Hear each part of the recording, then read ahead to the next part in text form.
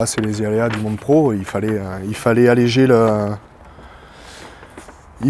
l'effectif pour pouvoir recruter et voilà, on m'a dit que pour pouvoir recruter en troisième ligne, il fallait en sortir quelques-uns et malheureusement c'est tombé sur moi. Donc voilà, après je ne vais pas revenir sur comment ça s'est fait, mais voilà,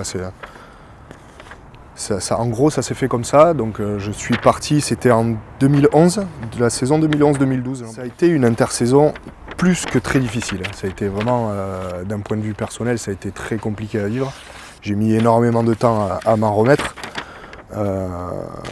Ça s'est pas fait comme ça à Jetmo aussi, c'est surtout que ça a été très tard cette décision de ne pas me garder, donc du coup si tu veux j'avais vraiment plus l'opportunité de trouver un club. Ça s'est fait au dernier moment avec un super président à Jetmo, monsieur Dumartin, qui m'a passé un petit coup de fil et qui m'a fait venir à Jetmo alors que l'effectif était complet. Mais voilà, j'y ai retrouvé des amis d'enfance, j'y ai passé de super moments, c'est vrai. Maintenant, voilà, je ne vais pas te mentir, dès le mois de février, je savais que j'allais déjà revenir à l'USDAC la saison d'après. Ça a été pas une bouffée d'oxygène, parce que je te mentirais, parce que j'aurais préféré avoir cette continuité et ne pas m'arrêter.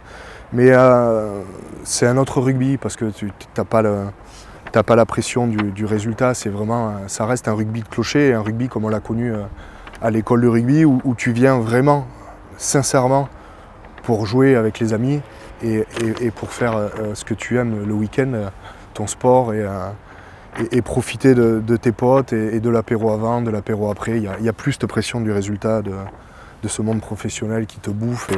Sur cette photo-là, c'était il y a 2 semaines contre Chambéry. Il y a eu cette division nationale qui a été créée.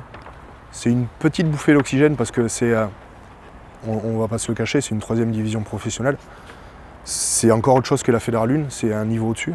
Tu as des déplacements qui sont autres que les déplacements à 15 minutes ou 30 minutes de route d'ici. Donc voilà, tu voyages, tu rencontres des équipes qui sont professionnelles, qui sont préparées à jouer week-end après week-end comme toi. Et c'est mieux par rapport à la visibilité que tu as sur ce championnat, sur l'envie que tu as de progresser. Tu peux plus te jauger par rapport aux autres équipes aussi.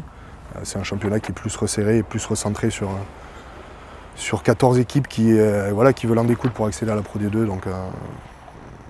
Donc c'est bien. Je pense que la place de Dax, on ne va pas se le cacher, forcément, elle est là aujourd'hui. Elle est pas en Fédéral 1 parce que c'est un niveau encore en dessous. Elle est peut-être pas en Pro D2 en ce moment parce que je sais pas si tu as vu le niveau de la Pro D2, ça tape encore plus que les années passées. Donc voilà, pour l'instant on est à notre place. On travaille pour viser plus haut, mais voilà, pour l'instant on a notre place. Ouais. C'est une petite carrière honnête, je suis content d'avoir fait ce que j'ai fait. Voilà, j'ai 35 ans maintenant, j'ai évolué une année en top 14 avec mon club de cœur, j'ai fait une dizaine de matchs.